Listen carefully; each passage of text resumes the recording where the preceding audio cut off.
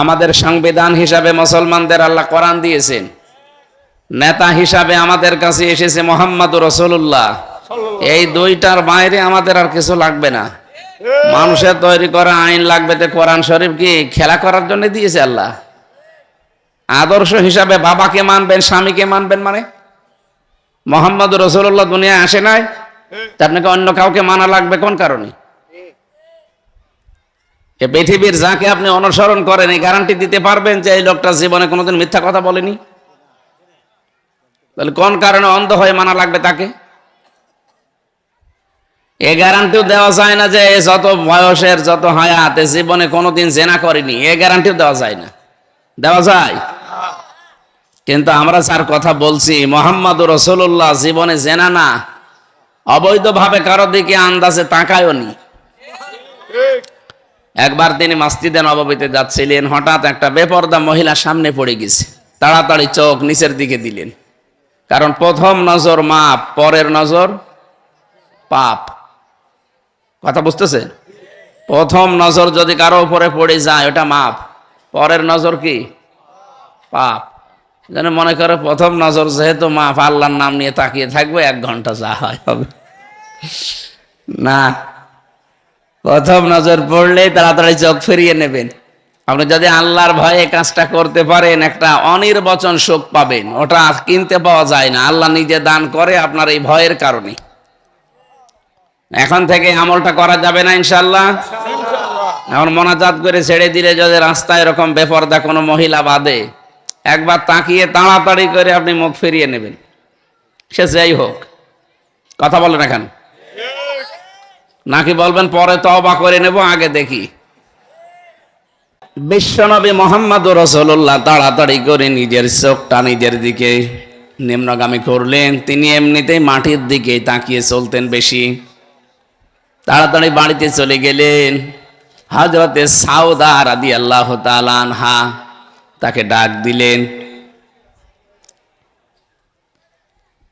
তার সাথে তিনি সংসার করার পরে হযরতে সাউদা জিজ্ঞাসা করেন, হে নবী, আপনি তো গিয়েছিলেন নামাজে, তাড়াতাড়ি করে চলে আসলেন কেন? বিশ্ব নবী বলে, দেখো আমি যাচ্ছিলাম, কিন্তু বেপরদা একটা মহিলা আমার সামনে পড়ে গেছে।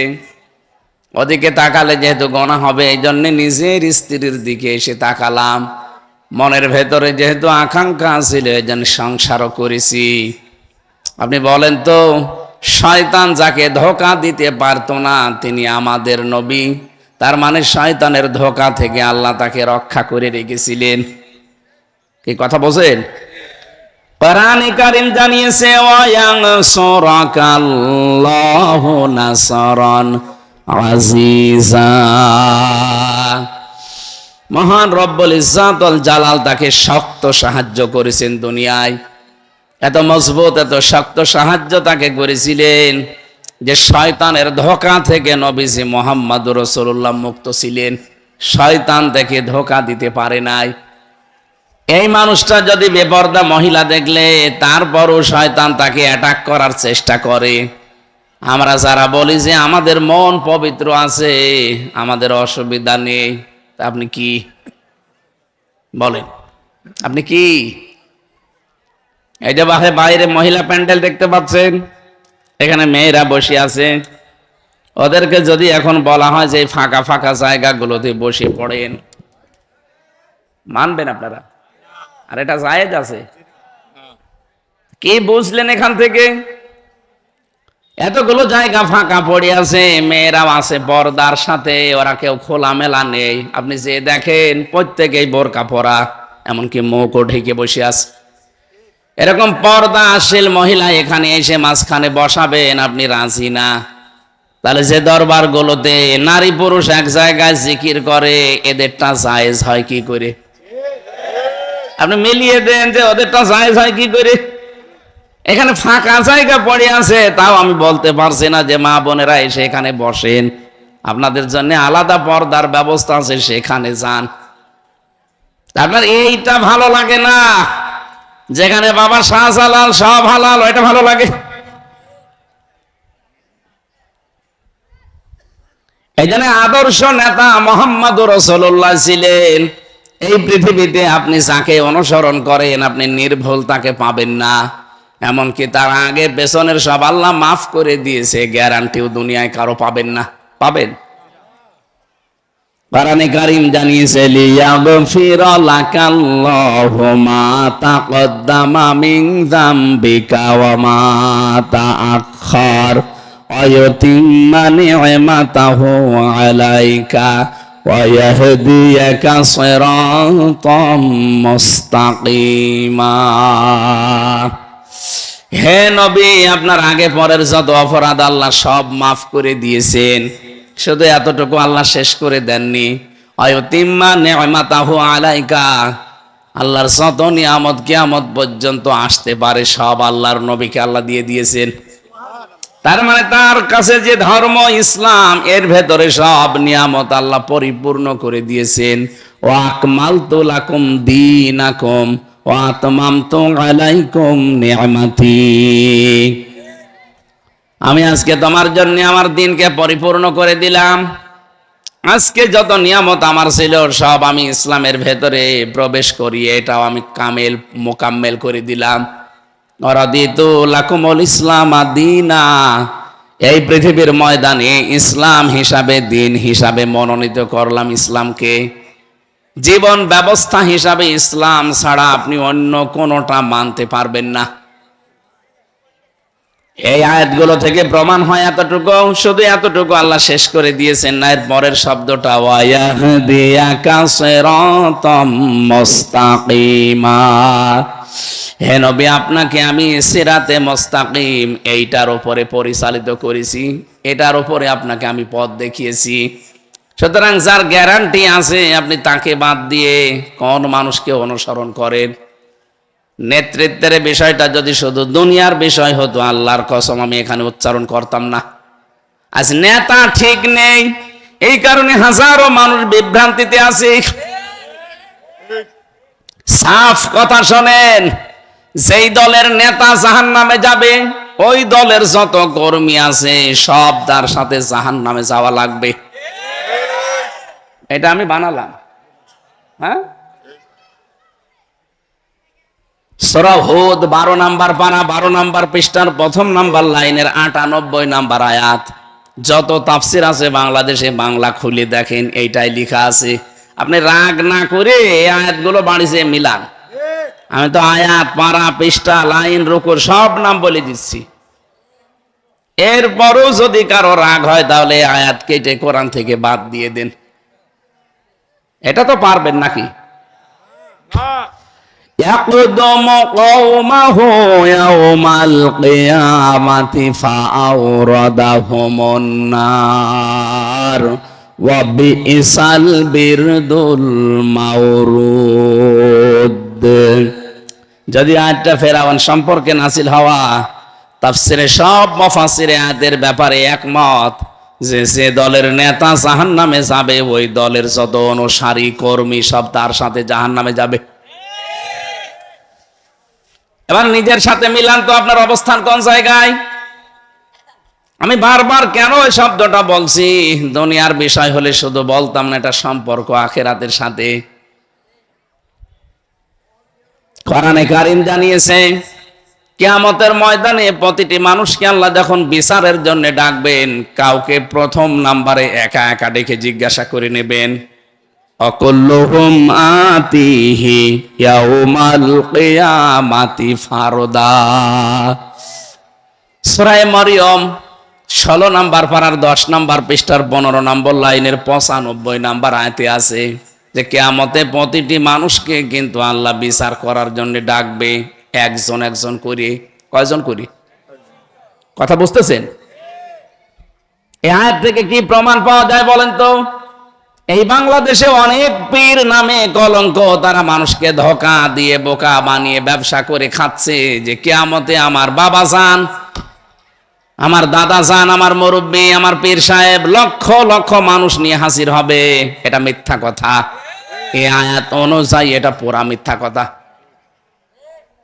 তাহলে আয়াত আপনি কেটে বাদ দেওয়া লাগবে, নয়তো আপনার পীরের কথা মিলবে না। এমনকি অনেকে এই নিয়তে মরিদ হয় যে 2-3 জন পীরের কাছে মরিদ হয়েছি, কোনো চিন্তা নেই, একজন না পারলে আর একজন আছে। আরে ভণ্ড, কিসের একজন আছে আর একজন আছে? ওরাই তো নিজেদের হিসাব নিয়ে বাঁচবে না। যেখানে নবীদের মতো পাওয়ারফুল মানুষ ইয়া নাফসি করতে করতে কোল কিনারা পাবে না, সেখানে পৃথিবীর কোন সাধারণ মানুষের খবর আছে? আরো জোরে বলেন। সুতরাং এটা ধোঁকা। কিয়ামতে আপনাকে আল্লাহর সামনে দাঁড়াতে হবে স্রেফ একা একা। কয়জন করে? কেউ থাকবেন আপনার সাথে। যদি এটা খণ্ডন করতে পারেন নিয়ে আসেন, কোন মাওলানা নিয়ে আসবেন, নিয়ে আসেন। আপনাকে আল্লাহ কিয়ামতে স্রেফ একা ডাকবে, কোনো মানুষ থাকবেন আপনার সাথে। এটা যে বিচারের প্রথম ধাপ। বাংলাদেশে কয় প্রকার বিচার হয় বলেন তো? 4 প্রকার। আপনারা তো আইন আদালতের সাথে সম্পর্ক নেই, আপনার সব আল্লাহর ওলি। আমরা তো জেলে যাব, আমরা নাকি? আইন আদালত আমাদের জানা লাগবে, কারণ আমরা অপরাধী, আমরা জেলে যাব, ওগুলো জানা লাগবে। এই যে বিবাড়িয়া একটা জেলা,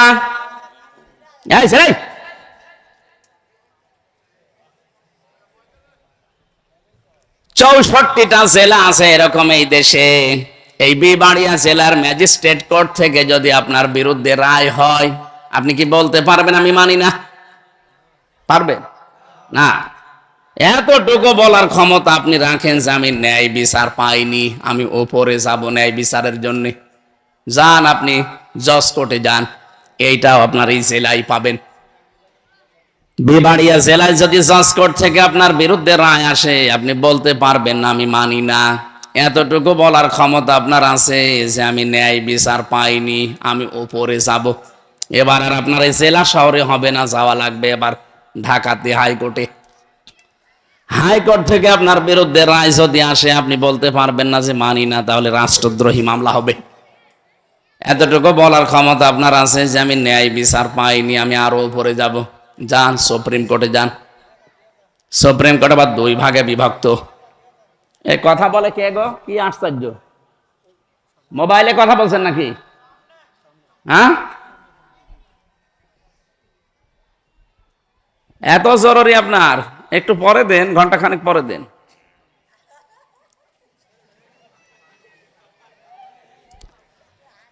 আমার ভাইরা, এদেশের প্রধান বিচারপতি যিনি আছেন, উনি যদি একবার আপনার বিরুদ্ধে রায় দেয়, বলেন তো আপনি শুধু না, এদেশে 18 কোটি মানুষ এটা মেনে নিতে বাধ্য। এ পর্যন্ত ঠিক আছে?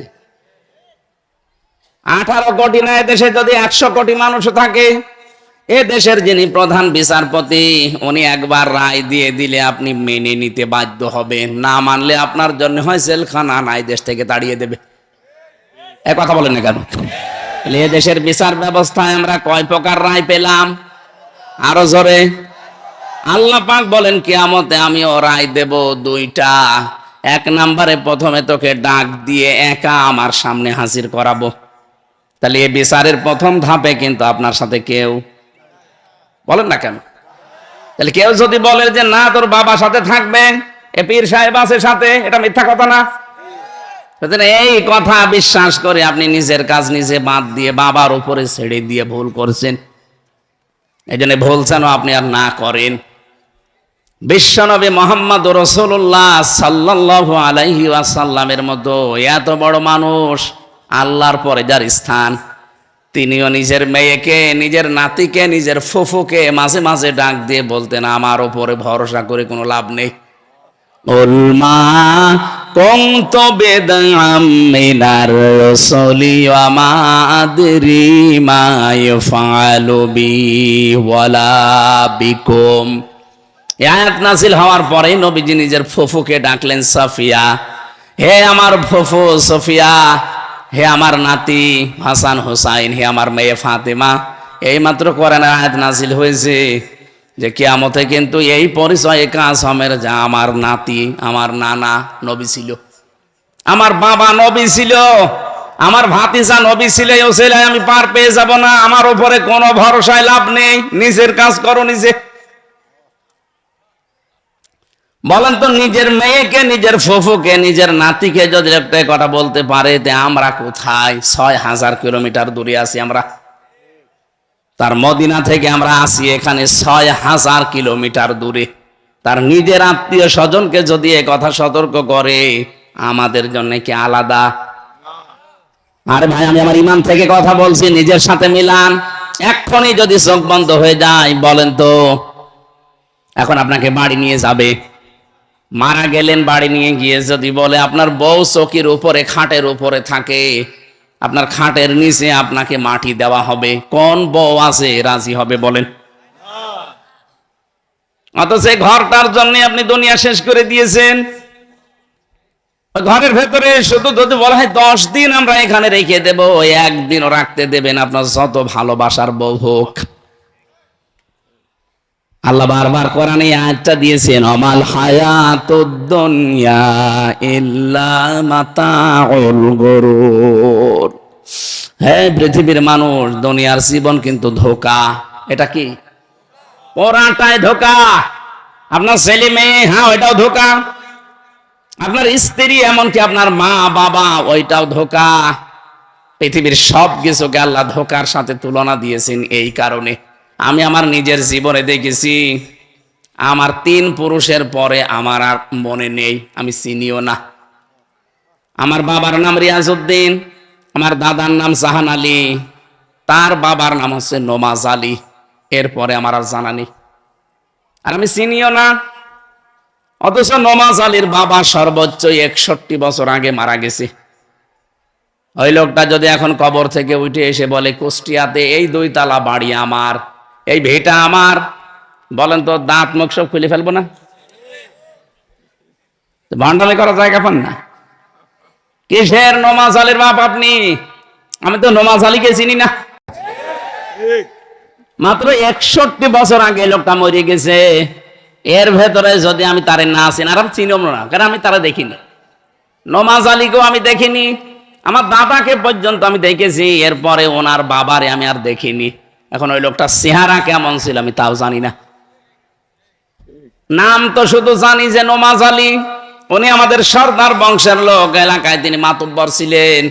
ওই লোকটা এখন যদি এসে বলে হামজা এই যে 2 তলা বাড়ি এটা আমি বানিয়েছিলাম, এ বিশাল ভিটা, এই 100 বিঘার বিশাল ভিটা এটা আমার, বলেন তো আমি, আমার বউ, আমার এমনকি আমার ছেলে মেয়ে যারা আছে, এরা কেউ ওই বুড়াকে থাকতে দেবে? বলবে আপনার যদি জায়গা না হয় তো মসজিদে গিয়ে থাকেন কাজান, সকালবেলা এখান থেকে কেটে পড়বেন। আবার হয়তো ষড়যন্ত্র করে আবার লোকজন নিয়ে আসতে পারে, এই জন্য বলা হবে যে তাড়াতাড়ি এলাকা ছাড়েন, কালকে যেন আপনার চেহারা এলাকায় না দেখি। এইটাই দুনিয়া।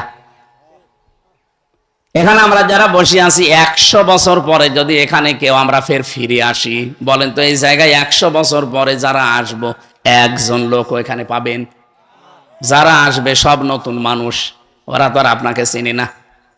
মাত্র 100 বছর পরে এসে দেখবেন দুনিয়া পুরা পাল্টিয়ে গেছে।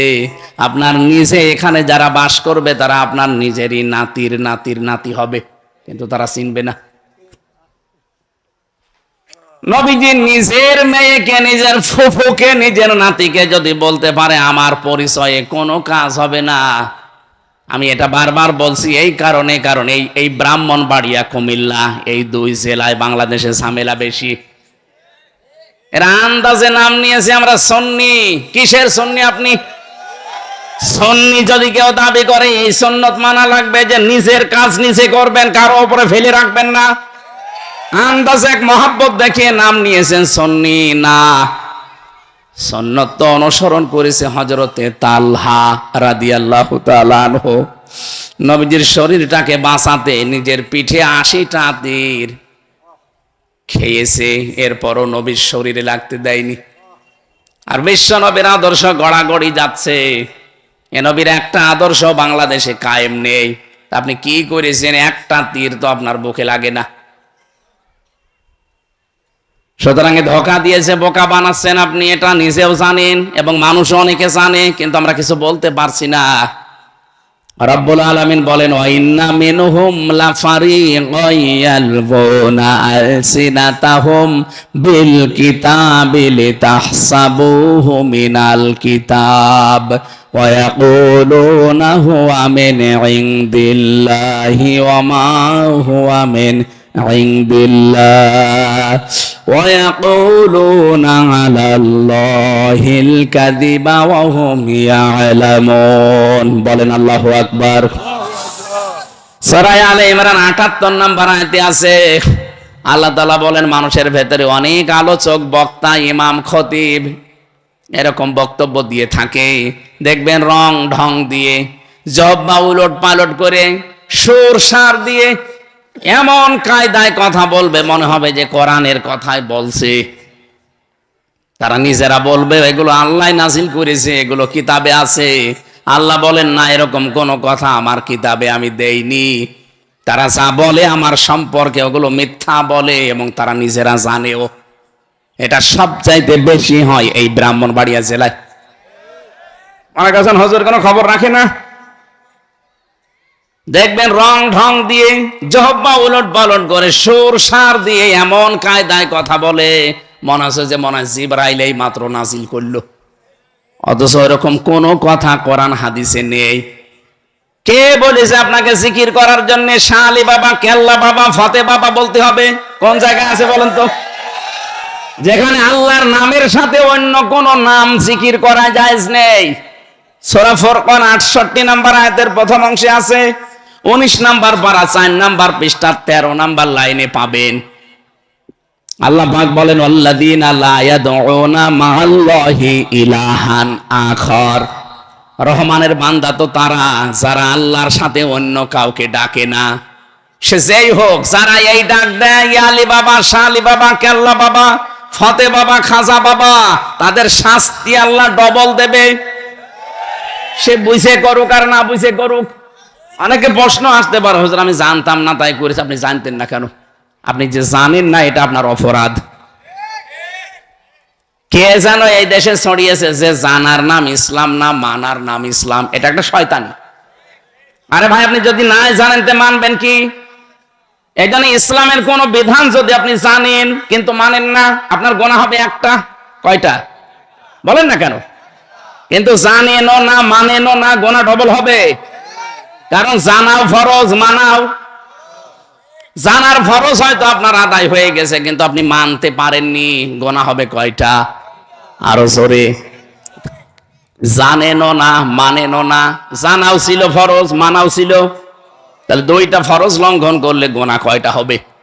সুতরাং যারা আমার এই তাহেরি ভাইয়ের সাথে মিলে কেল্লা বাবা, ফতে বাবা জিকির করছেন, জেনে করেন আর না জেনে করেন, আপনার শাস্তি ডবল হবে। যদি বলেন দলিলের পরের আয়াত দলিল আছে ৬৯ নম্বর আয়াত, ইউদাফ লাহুল আযাব ইয়াউমাল কিয়ামাহ, আল্লাহ বলেন ওদের শাস্তি আমি ডবল দেব। সুতরাং আজকে সিদ্ধান্ত নেওয়া লাগবে আল্লাহর সাথে আমি অন্য কাউকে আর ডাকবো না। কি কথা বলে বোঝা যায় না? রাসূলুল্লাহর নামেও জিকির করা জায়েজ নেই। আপনি রাসূলের নামে দরুদ পড়বেন, কারণ জিকির একটা ইবাদত। কি এই জিকির হবে কার নামে? আরো জোরে বলেন।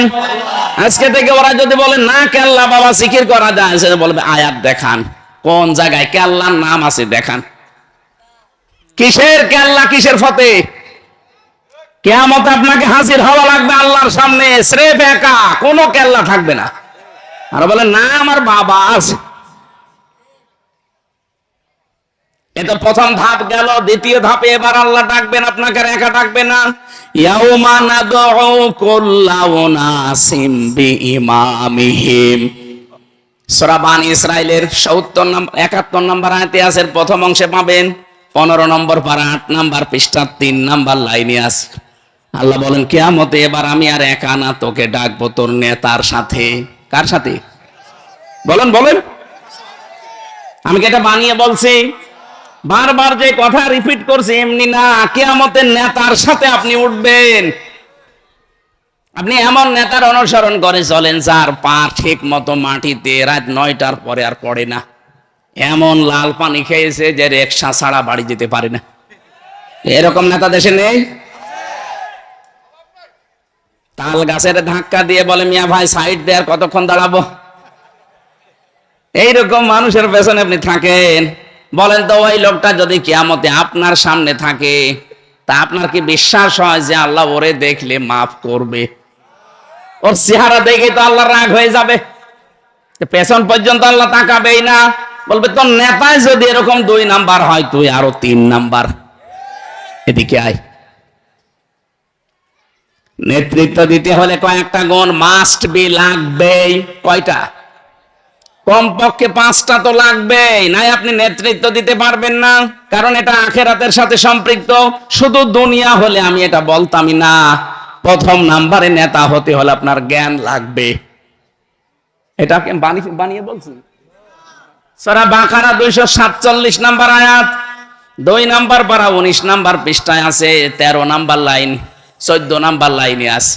ক্বালা ইন্নাল্লাহা আসতাফাহু আলাইকুম ওয়া যাদাহু বাসতাতান ফিল ইলমি ওয়াল জিসম, ইলা আখিরি আয়া। রব্বুল আলামিন বলেন, অবশ্যই আল্লাহ তোমাদের ভেতরে তাদেরকে মনোনীত করেছেন নেতৃত্ব দেওয়ার জন্য, যাদের শরীরে শক্তি আছে আর যারা জ্ঞানী। আমরা এমন নেতাকে পাই, জ্ঞান বলতে যে এইটার জ্ঞান লাগবে। কোনটার? আপনার কোরআনের জ্ঞান এত তলানিতে। এ কথা অনেকেই এখন বলতেছে যে কোরআনের সাথে রাজনৈতিক কোনো সম্পর্ক নেই। আপনি কি জ্ঞান অর্জন করেছেন বলেন তো? এর ভেতরে 903 জায়গায় কোরআন দিয়ে রাজনীতি করা লাগবে কথা আমি ডাইরেক্ট ইনডাইরেক্ট আপনাকে দেখাবো, আসেন। যারা এ কথা বলে তাদের পেটে বোম মারবেন। ওরা যদি সূরা ফাতিহা শুদ্ধ করে পড়তে পারে, আমি মিষ্টি খাওয়াবো। হ্যাঁ, আমি মিষ্টি খাওয়াবো। যেটা জানেন না আপনি আন্দাজে মুখ খোলেন কোন কারণে? ওয়ালা তাকুফু মা লাইসা লাকা বিহি ইলমুন, যেটা জানো না সেটা কথা বলবা না, চুপ করে থাকবা। আর বাংলাদেশের রোগই হয়ে গেছে, যেটা জানে না ওইটা বেশি করে বলে। আমার মনে হয় এখন যদি বলি আমার যে মাথা ব্যথা করছে, 14টা ডাক্তার এখানে দাঁড়াবে। কেউ বলবে প্যারাসিটামল খান, এই কথা বলছে না কেন? কেউ বলবে শটিং কশিয়াম খান, সিটাক্সিন খান, নাপা খান, কত রকমের বডির নাম বলবে। অথবা যারা দাঁড়িয়েছে একটাও কি ডাক্তার? আমি যদি এমবিবিএস ডাক্তারের কাছে যাই, ও কিন্তু একবারে প্যারাসিটামল নাপা না, ও বলবে দাঁড়ান আপনার প্রেশার ঠিক আছে কিনা দেখি।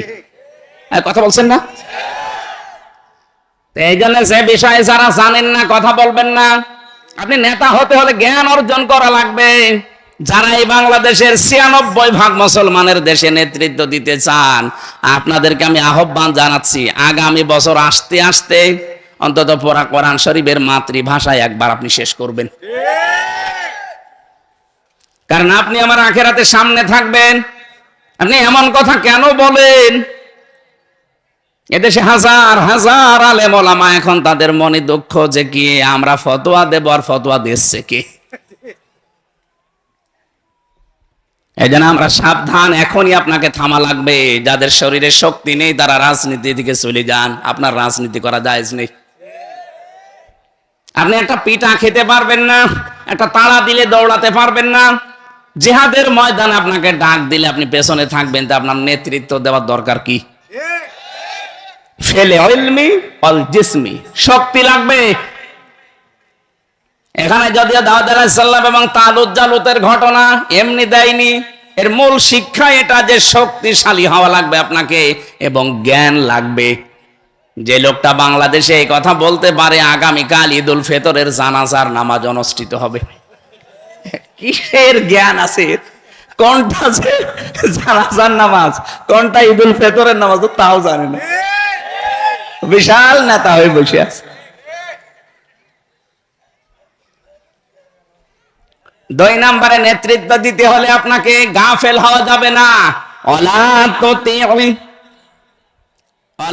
তুতিউ মান আগফালনা কলবাহু আন যিকরিনা ওয়াত্তাবা হাওয়াহু ওয়া কানা আমরুহু ফুরতা। সূরা কাহফের 28 নম্বর আয়াতে আছে, এটা গাফেলদের সম্পর্কে, যারা গাফেল আল্লাহর আয়াত সম্পর্কে তাদের অনুসরণ করা, তাদের নেতৃত্ব মানা জায়েজ নেই। আমি খুব সংক্ষেপে করছি। 3 নম্বরে, যে মানুষগুলো সীমা লঙ্ঘন করে, যে মানুষগুলো সীমা লঙ্ঘন করে, জুলুম করে, এই মানুষগুলোর অনুসরণ করা যাবে না। ওয়ালা তুতিউ আমরাল মুসরিফিন আল্লাযীনা ইউফসিদুনা ফিল আরদি ওয়ালা ইউসলিহুন।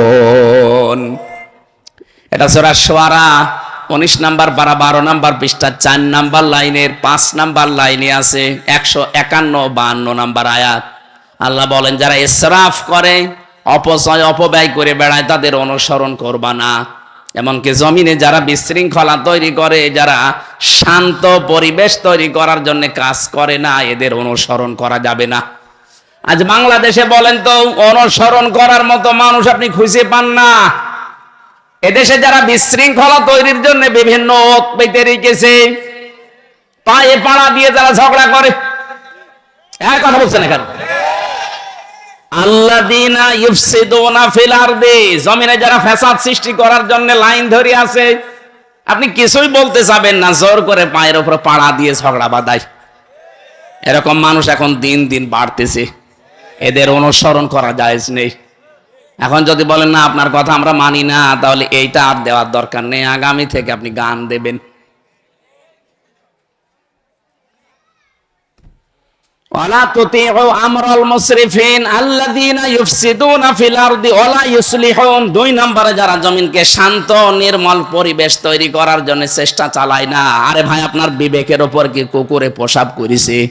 একটু ভাবতে পারেন না? এদেশটা কারা শান্ত, এদেশটা কারো নির্মল পরিবেশ তৈরি করার জন্য চেষ্টা চালায়, সে যেই চালাক আপনি তার পেছনে থাকবেন। এটা যারাই চেষ্টা করবে যে দুনিয়াকে আমরা শান্ত করতে চাই, কেউ কারো দেখে আতঙ্কিত হবে না, কেউ কাউকে দেখে চিন্তা করবে না, সবাই মনে করবে এটা আমার আপন। এরকম পরিবেশ যারা তৈরি করতে চায়, সে যেই হোক আপনি তাকে মানবেন, এটাই কোরআনের নির্দেশ। আমি জানি এই কথাগুলো শোনার পরে যারা মুনাফিক তাদের রাগ হবে। আজকের আয়াতে আল্লাহ ওইগুলো জানিয়েছে। হে নবী, হক কথা যখন তুলে ধরবেন, দেখবেন মুনাফিকরা তেড়িয়ে আসবে আপনার দিকে। 4 নাম্বারটা বলি, এটা থাক। 4 নাম্বারটা বলি, হ্যাঁ ঠিক বলে, হ্যাঁ বলি, আমরা বাড়ি যেতে পারবো তো? সূরা নিসার 34 নাম্বার আয়াত, আর-রিজালু কাওয়ামুনা আলান নিসা। আল্লাহ বলেন, পুরুষরা হবে গাইডলাইন দাতা আর মেয়েরা হবে তাদের আজ্ঞাবহ। আয়াতের তাফসিরে হাদিস পেয়েছি, নবীজি বলেন, লা ইউফলিহা কওমুন। ইফলিহার আগে লান আছে, অর্থ হবে কখনোই হবে না। এটা মজারে বর্তমান, ভবিষ্যৎ, প্রেজেন্ট, ফিউচার। এখন হচ্ছে না, ভবিষ্যতেও হবে না। ওই জাতি কখনোই সফল হচ্ছে না, হবে না, যে জাতির নেতৃত্বে বসে আছে কোন নারী। এই হাদিসটা এখন আমি কেবল বানালাম, বলেন এটা আমি 100% বিশ্বাস করি। আপনি না 98? কথা বলেন না কেন? তাহলে আগামীতে এই দেশে যারা নেতৃত্ব দেবে তারা পুরুষ হওয়া লাগবে, নারী হলে হবে না। 52 বছর আল্লাহ আমাদের দেখায় না। আমরা বিশ্বাস করি নবীর হাদিস ঠিক, কিন্তু মানতে পারি না। বলেন তো, এই আগামীতে যারাই আসবে এই দেশে ক্ষমতায়, তারা নারী হলে চলবে না পুরুষ হওয়া লাগবে?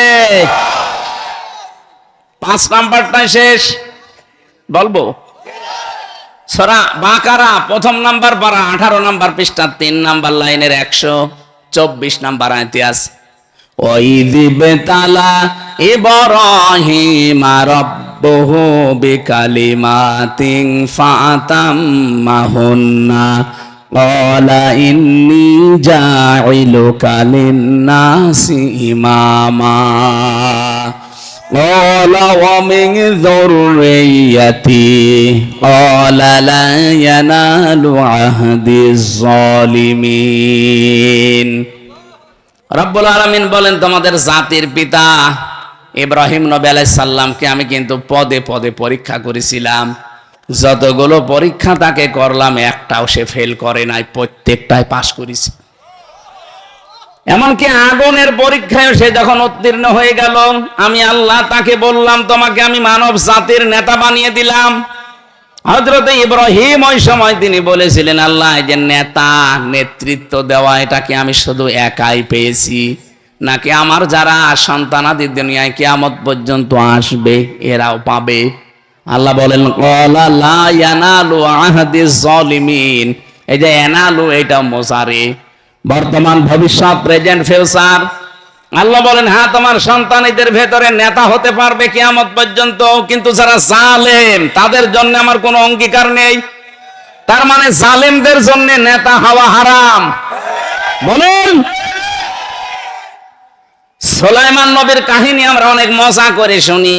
আরে ভাই, সুলাইমান নবীর কাহিনী মজার জন্য শোনার ব্যাপার না।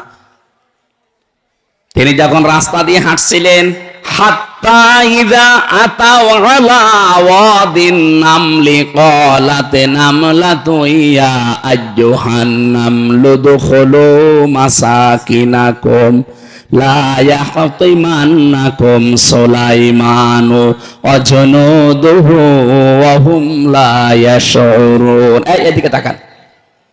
হযরত সুলাইমান 3 বাহিনী নিয়ে যাচ্ছিলেন, মানুষ, জিন আর পশু পাখি।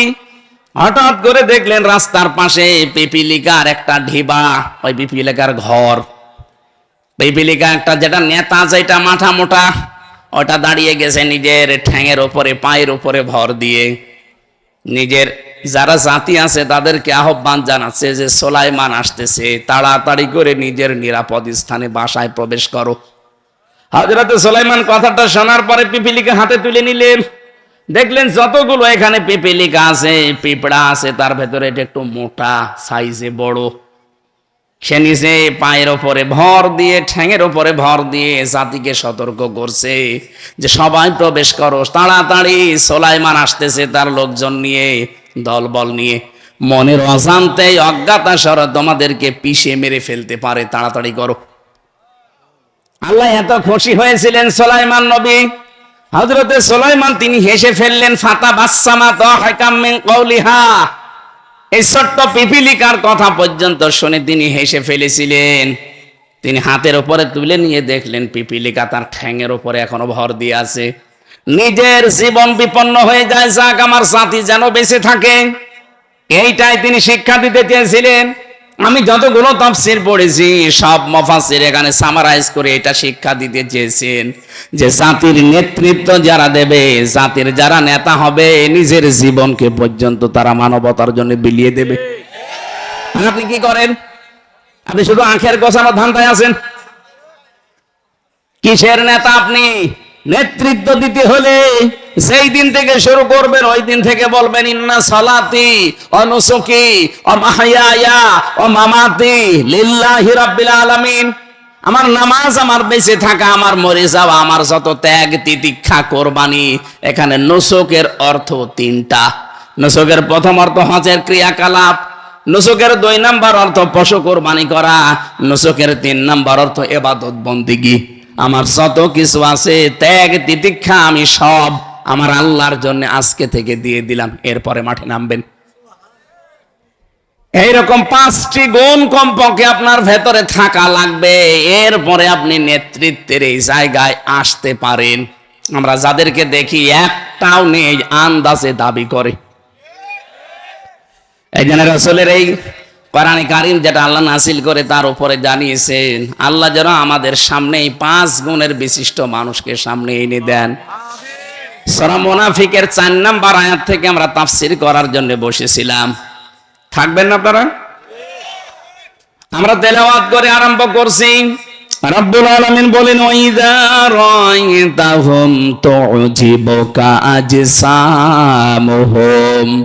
হে নবী, আপনি মুনাফিকদের একটা বিষয় দেখবেন, তাদের চাকচিক্য চেহারা দেখলে আপনি কিন্তু ভুলে যাবেন। আপনাকে আশ্চর্যান্বিত করে ফেলবে সে তার চেহারা সুরাত দিয়ে। মনে হবে, ওরে আল্লাহ কি সুন্দর দেখতে, এই লোকটার ভেতরে কোনো কপটতা থাকতে পারে না। আল্লাহ তাআলা বলেন, ওয়াইয়াকুলু তাসমা লিকাউলিহিম। যখন আপনি তাদের কথা শুনবেন তখন বিমোহিত হয়ে যাবেন যে কি এত সুন্দর কথা মানুষ বলতে পারে। ইনিয়ে বিনিয়ে এমন ভাবে কথা আপনার সাথে বলবে, আপনি নবী তাই কি আপনিও আশ্চর্য হয়ে যাবেন। এতটুকু না, কান্নাহুম খুশুবুম মুসান্নাদা, মনে হবে যে পিলারের মতো দাঁড়িয়ে আছে, কাঠের পিলারের মতো। আল্লাহ উদাহরণগুলো সেট করেছেন, আমি ব্যাখ্যায় যাচ্ছি সামনে।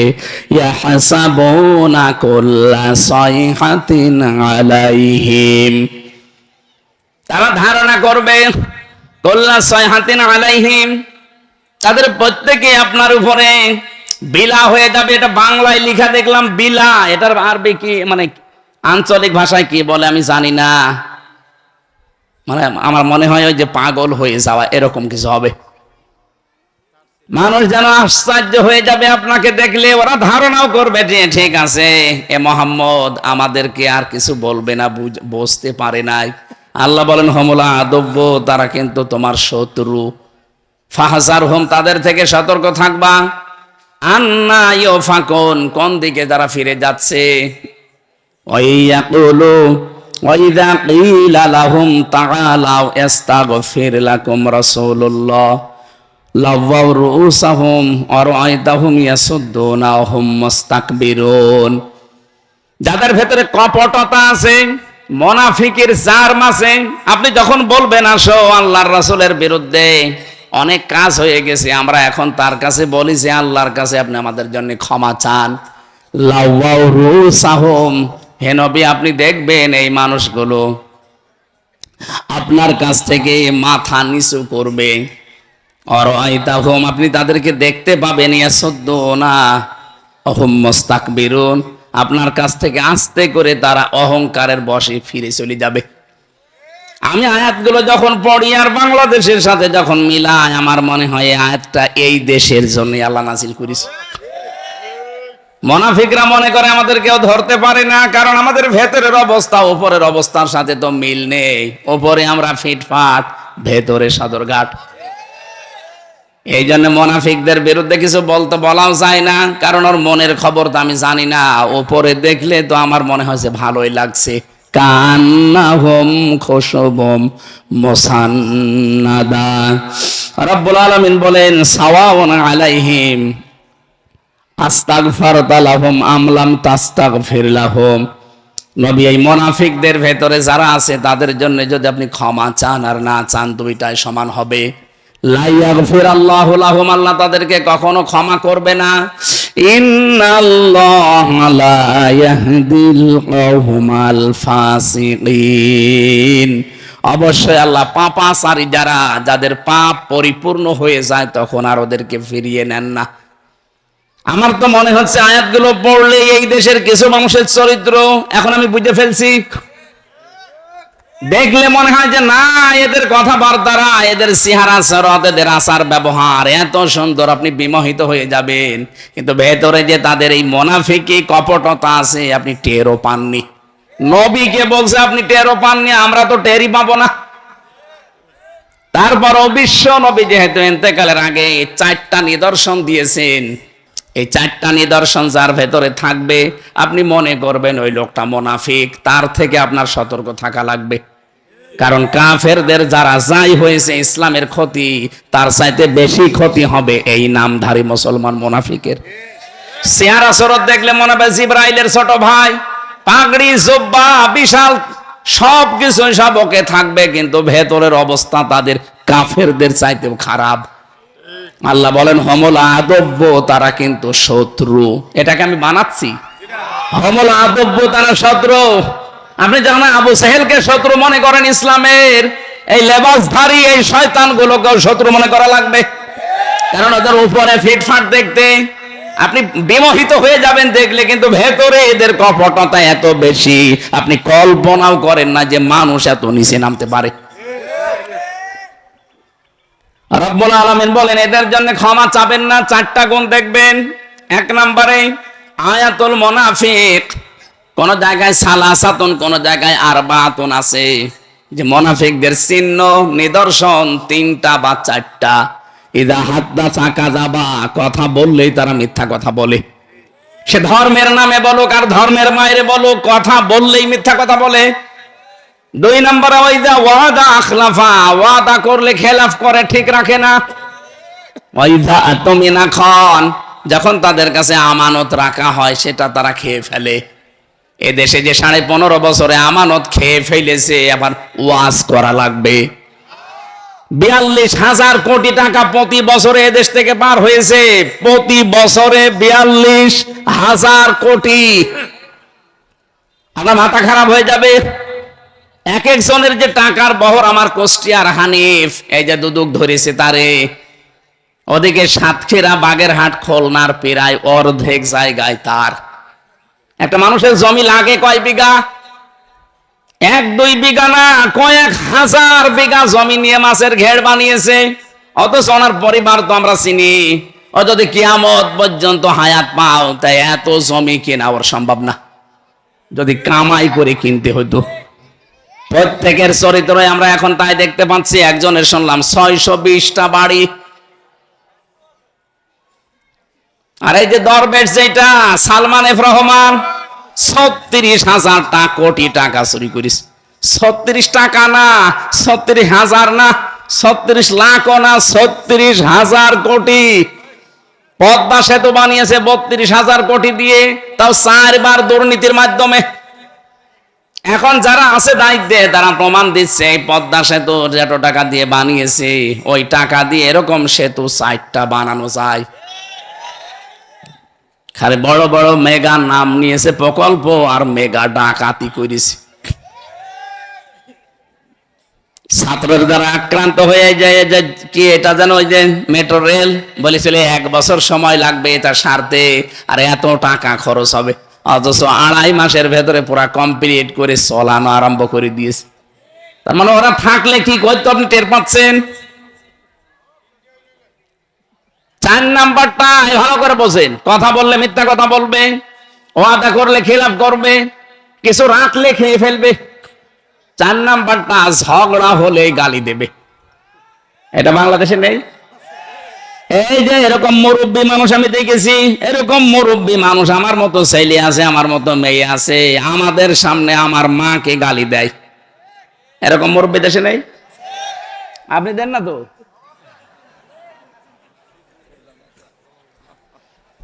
না, আপনার লজ্জা করে না যে এত বড় একটা ছেলে আমার, এত বড় মেয়ে আছে, তার সামনে তার মাকে আমি গালি দিলাম। ওরা যদি এখন ধরে আমারে পিটায়, কি কথা বলছেন এখন? আপনি আমার মারে গালি দেবেন, আমার মারে ধরে মারবেন, আর আমি বসে বসে দেখবো। এখন যদি ধরে আপনারও পিটায়, কি হবে আপনার? এই জন্য যারা ঝগড়া হলেই গালি দেন, মুখকে কন্ট্রোল করবেন। রাব্বুল আলামিন বলেন, এই সমস্ত চরিত্র যাদের আছে, আপনি তাদের জন্য যতই ক্ষমা চান আর না চান, আমি আল্লাহর কাছে সমান। এদের জন্য ক্ষমা চেয়ে কোনো লাভ হবে না। হুমুল্লাযীনা ইয়াকুলুনা লা তুনফিকু আলা মান ইনদা রাসূলিল্লাহ হাত্তা ইয়ানফাদু।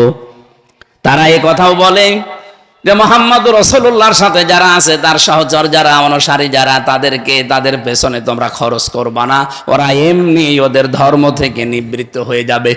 এখন যেহেতু মুহাম্মদুর রাসূলুল্লাহ নেই, তার আদর্শের অনুসারী যারা, আল্লাহর নবীকে যারা মেনে চলে, এই মানুষগুলোর সাথে থাকতে গেলে মুনাফিকরা এটা মানুষকে বোঝাবে যে ওদের পেছনে থাকার দরকার নেই, ওদের পেছনে খরচ করবা না, তারা ওরা এমনি আমাদের যা করছে আমাদের সাথে ফিরে আসবে।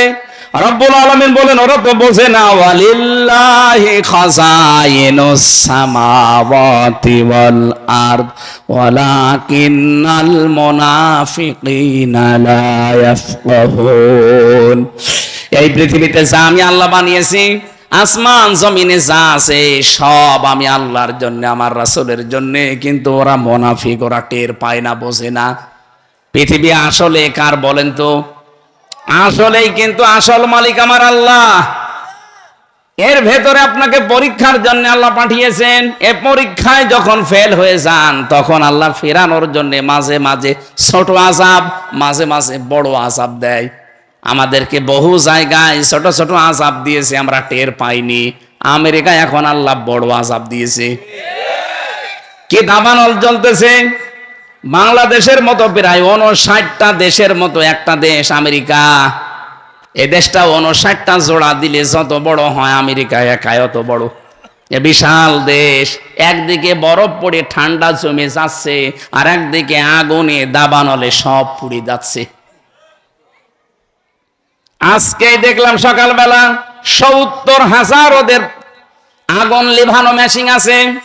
70,000, একটা দুইটা না, 70,000 একযোগে কাজ করছে সমুদ্র থেকে পানি তুলে তুলে নিয়ে। কিন্তু পানি যত দেয় আগুনের ওপরে তত ধরে।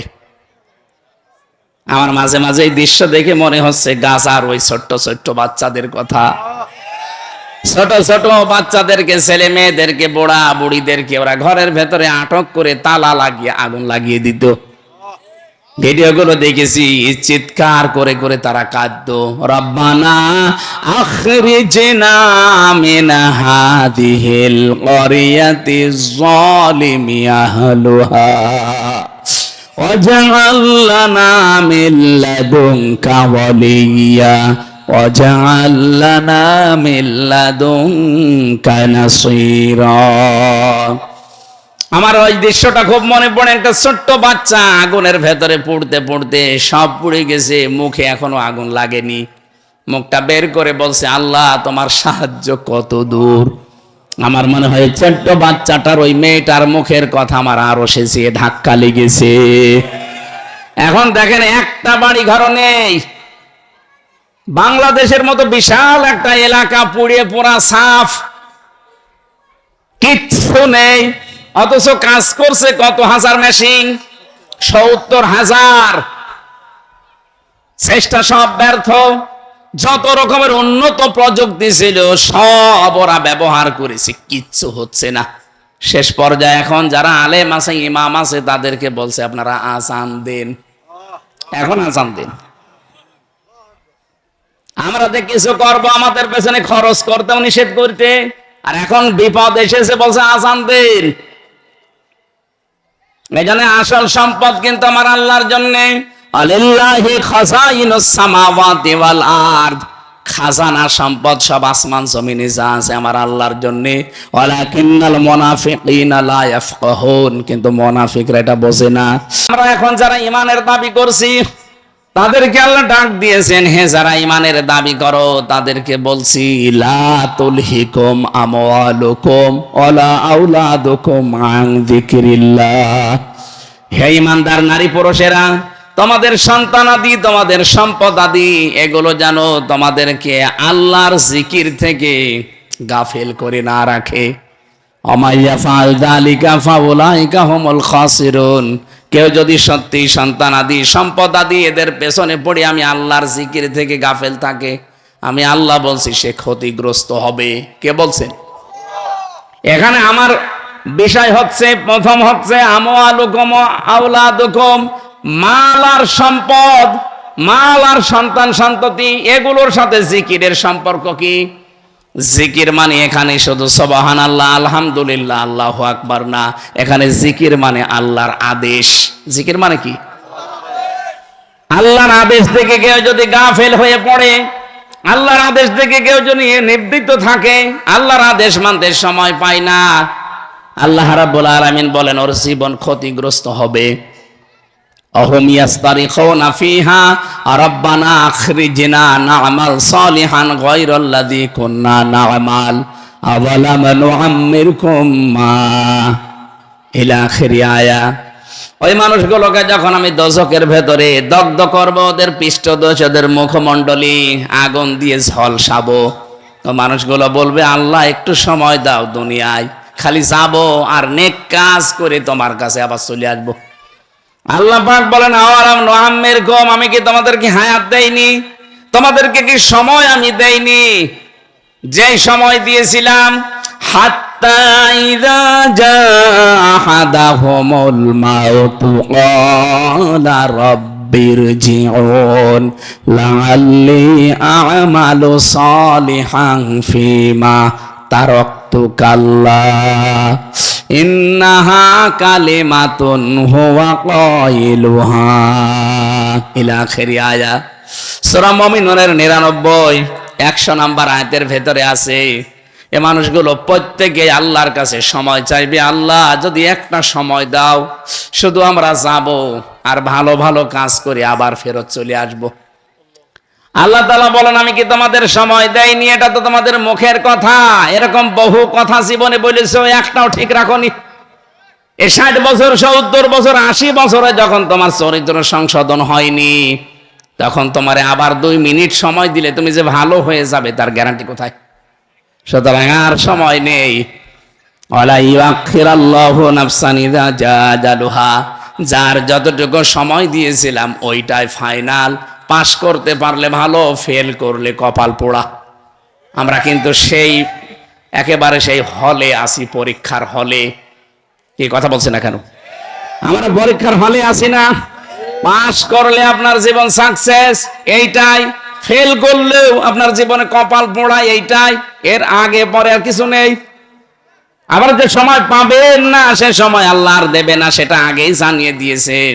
এখানে যারা আমরা পরীক্ষা দিয়ে পাস করেছি, প্রত্যেকটি পরীক্ষার্থী যখন পরীক্ষা দিতে যাব, হলে ঢোকার পর বসে আছি, তারপরও প্রশ্নপত্র দেয় না। যখন ঘন্টা বাজাবে তখন প্রশ্নপত্র দেবে। কথা বলছে না কেন? অথচ আল্লাহ সে কোথায় কি হবে সেটার আগেই প্রশ্নপত্র পাঠিয়ে দিয়েছেন। এরপরেও যদি কেউ আমরা ফেল করে থাকি, আমার মতো কপাল পোড়া হতভাগা আর কেউ নেই। রব্বুল আলামিন বলেন, ওই মানুষগুলো বলবে, ওয়ানফিকু মিম্মা রাযাকনাকুম মিন ক্বাবলি আইয়াতি আহাদাকুমুল মাউতু ফায়াকুলা রাব্বি লাউলা আখখারতানি ইলা আজালিন করিব ফাসাদদাক ওয়া আকুম মিনাস সালিহিন। একটু সময় আমি চাই, এই একটু সময় চাইবে যে একটু সময় দাও, আমি শুধু যাবো, আর যত সম্পদের মালিক ছিলাম সব আমি দিয়ে আসবো তোমার ইসলামের জন্য, মানবতার জন্য। শুধু দিয়ে আসবো না, ফাসাদদাক ওয়া আকুম মিনাস সালিহিন, আমি ভালো হয়ে যাব। আল্লাহ পাক বলেন, ফাসাদদাক ওয়া আকুম মিনাস সালিহিন, এই দুইটা কথা আমার কাছেও গ্যারান্টি দেবে যে আমি একদিকে সাদকা করব, 2 নম্বরে আমি সলিহিন নেককার হয়ে যাব। কিন্তু আমার তো একটা নিয়ম আছে যে স্যার একবার পাঠিয়েছি ওরে আর পরবর্তীতে পাঠাবো না। যদিও 2 জন মানুষকে আল্লাহ পাঠাবেন, আবার হযরতে ঈসা, ইমাম মাহদী আলাইহিস সালাম, এই পৃথিবীতে তারা আসবে, তাদেরটা আলাদা। তাছাড়া কিয়ামত পর্যন্ত একবার যে যাবে আর কোনোদিন। যদিও অন্য ধর্মের এই বিশ্বাস আছে যে হিন্দুরা বিশ্বাস করে যে পুনর্জন্মে একবার চলে গেলে নাকি আবার আরেকবার আসবে। ভালো কাজ করে গেলে মানুষ হয়ে আসবে, আর খারাপ কাজ করে গেলে কুকুর হয়ে আসবে। এইটা ওরা বিশ্বাস করে, কিন্তু আমাদের তো আর ওইটা না। আমাদের বিশ্বাস হচ্ছে ইযা জাআ আজালুহুম লা ইস্তাখিরুনা সাআতাও ওয়া লা ইস্তাকদিমুন। একবার যে চলে যাবে, যার জীবনের হায়াত যতটুকু ওই শেষ। আপনি যতটুকু ওই হায়াত পেয়েছেন, ওই হায়াতের জবাব দেওয়া লাগবে আপনাকে। হায়াত কতটুকু? স্বপ্নদেশ যেদিন শুরু হবে, স্বপ্ন তো শুরু হওয়ার পর থেকে যেই কয়দিন দুনিয়ায় বেঁচে আছেন, ওই কয়দিনের হিসাব দেওয়া লাগবে। কথা বুঝতেছে? তার মানে বালেগ হওয়ার লক্ষণ এইটা। যেই দিন আপনার স্বপ্নদোষ শুরু হয়েছে, মনে করেন 12 বছরে বা 15 বছরে, এই 15 থেকে যেই কয় বছর দুনিয়ায় বেঁচে থাকবেন, ওই কয় বছরের পাই টু পাই হিসাব দেওয়া লাগবে। মা বোন যারা এসেছেন, খাদিজাতুল কুবরাকে অনুসরণ করবেন তার জীবনী পড়ে। আমি জেলখানায় বসে বসে মেয়েদের জন্য, বিশেষ করে পারিবারিক জীবন নিয়ে বই লিখেছিলাম। পুরা পরিবার দেখেছি জেলখানায় 3 বছর। বহু মানুষকে দেখেছি ওই জায়গায়, খালি স্ত্রীর কারণে জেল খাটতেছি। হয় যৌতুকের মামলা, অথবা সংশোধনের জন্য একটা থাপ্পড় দিয়েছিল, ছাতা মরে গেছে। এরকম বহু মামলায় মানুষ, 100 জনের প্রায় কমপক্ষে 60 জন তো এরকম মামলার আসামি। পারিবারিক জীবন, এই জন্য বসে বসে লিখেছিলাম একটা বাস্তবতা দেখে দেখে। ওই গাড়িতে মেয়েদের জন্য তো বলতে পারলাম না, ওদের জন্য বইটা নিয়ে পড়াবেন, দাম্পত্য জীবনের কলহ এবং তার সমাধান কি করে করা লাগে। সম্মানিত মা বোনের, আপনার ছেলেকে স্বামীকে পাঠিয়ে এই গাড়ি থেকে বইটা নিয়ে আপনার স্বামীকে পড়াবেন। ছেলেদের একটা আছে, মেয়েদের একটা আছে। আর 3 মিনিট আছে নামাজের, আমরা আজকের মতো শেষ করলাম। আল্লাহুম্মা আমিন। লা ইলাহা ইল্লা আনতা সুবহানাক ইন্নী কুনতু মিনাজ জালিমিন। আল্লাহুম্মা গফিরলি ওয়ারহামনি ওয়াহদিনি ওয়াফিনি ওয়ারযুকনি ইয়া রাব্বাল আলামিন। আল্লাহ তাআলা বর্ণমালা বর্ণমালা ইসলামী ফাউন্ডেশনের উদ্যোগে আজকের এই তাফসির মাহফিলে যে কথাগুলো আমরা বলেছি শুনেছি জীবনে তুমি সেট করে দাও। এই মাহফিলের আয়োজন করতে গিয়ে তোমার যে যুবক বান্দারা মিলে এই বিশাল আয়োজনে এত সাহস নিয়ে আঞ্জাম দিয়েছে, এই যুবকদেরকে যে মা পেটে নিয়েছে মায়ের পেট খাদিজাতুল কুবরার মতো বানিয়ে দাও। আজকের মাহফিলের প্রধান অতিথি জনাব আলহাজ আমজাদ হোসেন সরকার, আল্লাহ তাআলা শ্রদ্ধাভাজন বড় ভাইকে তুমি কবুল করে নাও। সম্মানিত সভাপতি আলহাজ নুরুল ইসলামকেও তুমি মঞ্জুর করো।